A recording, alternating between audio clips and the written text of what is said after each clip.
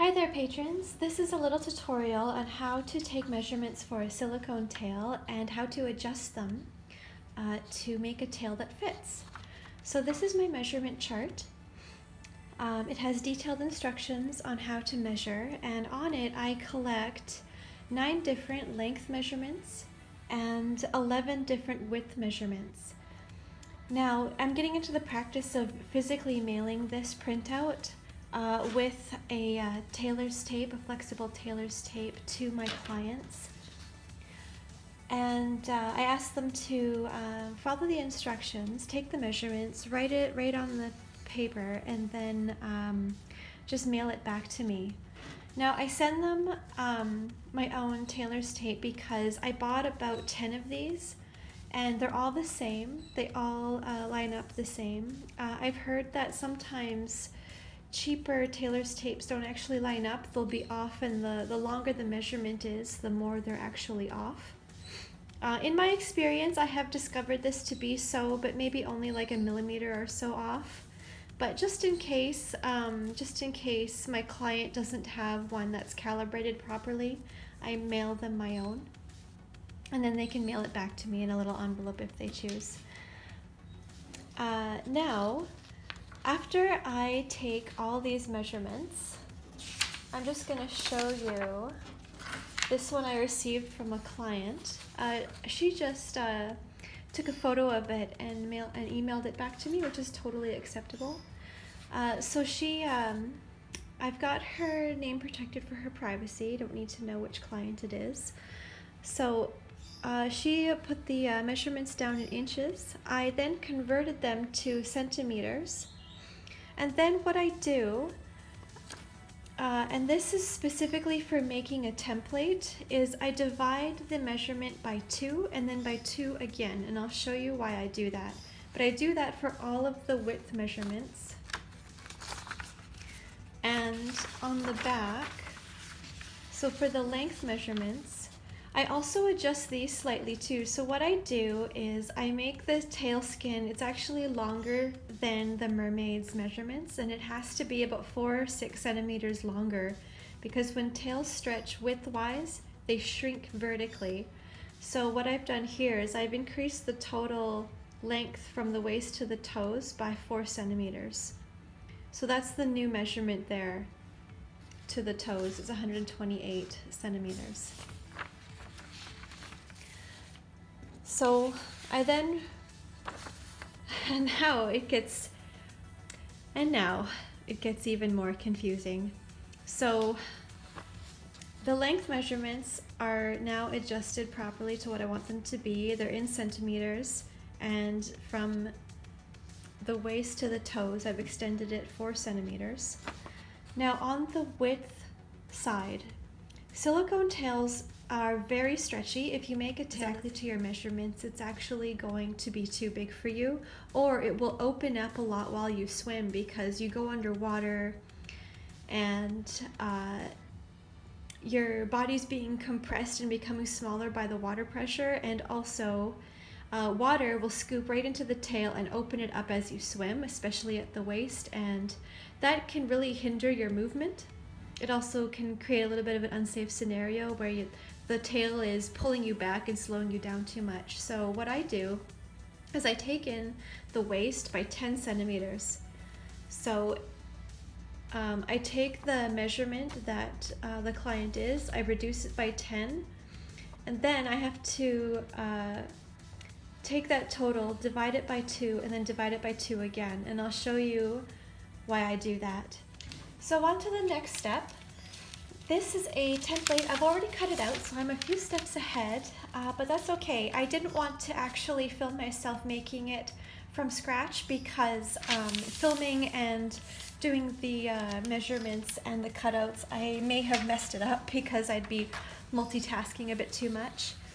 So up here's the waist measurement up here, and to make the template, I just take a big roll of paper and I make a straight line that goes all the way down the roll of paper.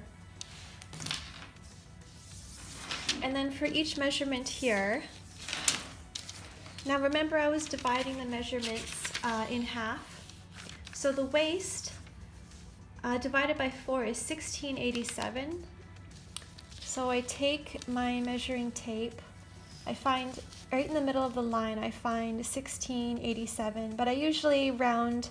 1687 can be rounded to 1675.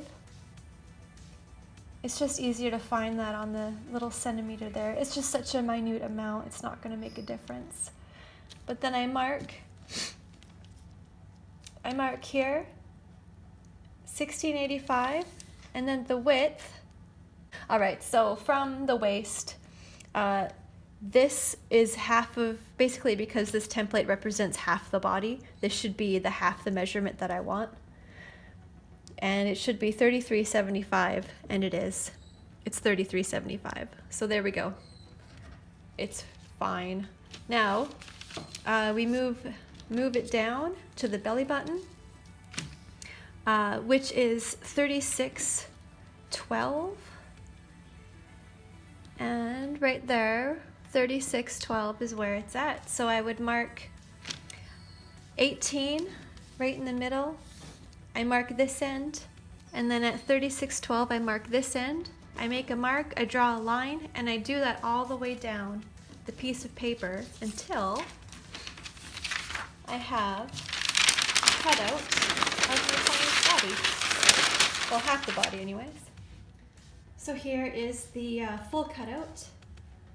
And right around the ankles it starts to get a bit muddled, mainly because the monofin is going to be starting right about here, and it's a lot wider than the actual ankle measurement. So I'm going to just take the monofin and adjust the silicone around it as I go when I put the tail skin on. But what I do to make sure I have enough silicone is I just extend the silicone out like this, so just so I have enough on both sides. Then I can fiddle with it after the tail skin is being glued onto the monofin itself. So I have all the measurements are marked. That's the waist, there's the belly button, the hips, and then each measurement all the way down is marked according to the measurement chart. Okay, and then you take this and we put it on the scale mold. Now what I always do is I always extend, so if the toes are here, and if the toes sit there right on the monofin, I extend one more scale, because what I do is I bring the fluke, the top of the fluke mold is going to come up right to here. So this is where the top of the fluke is going to sit. So I extend the scales one more time to this extra scale here. So this is what I'm going to be casting. Scale tail skin that I did. So then I just make sure that it's aligned straight down the end there. And now I'm going to mark exactly where I'm going to be pouring the silicone.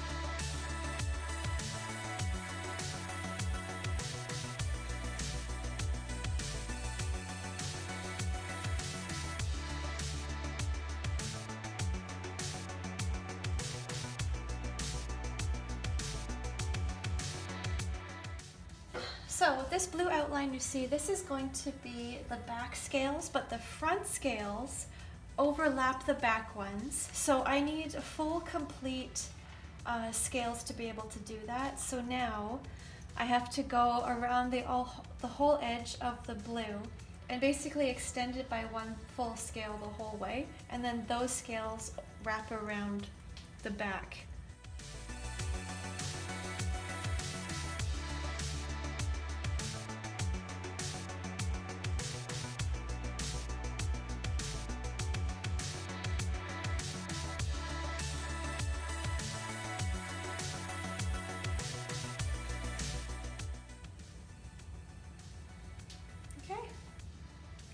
That is how I do the seam. So now I just have to cast one, keep it inside the lines here, and then the second one I extend the silicone out to these scales here.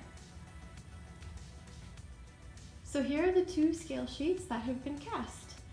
This is the front, and it's going to have all these like half scales will be trimmed off, so it will just have the nice zigzag of whole scales. And this is the back, and it's just trimmed up nice and tight along the seam line that I wanted. So there we go, those two are done. So thank you for watching this one, patrons, and I will see you in the next one. Bye!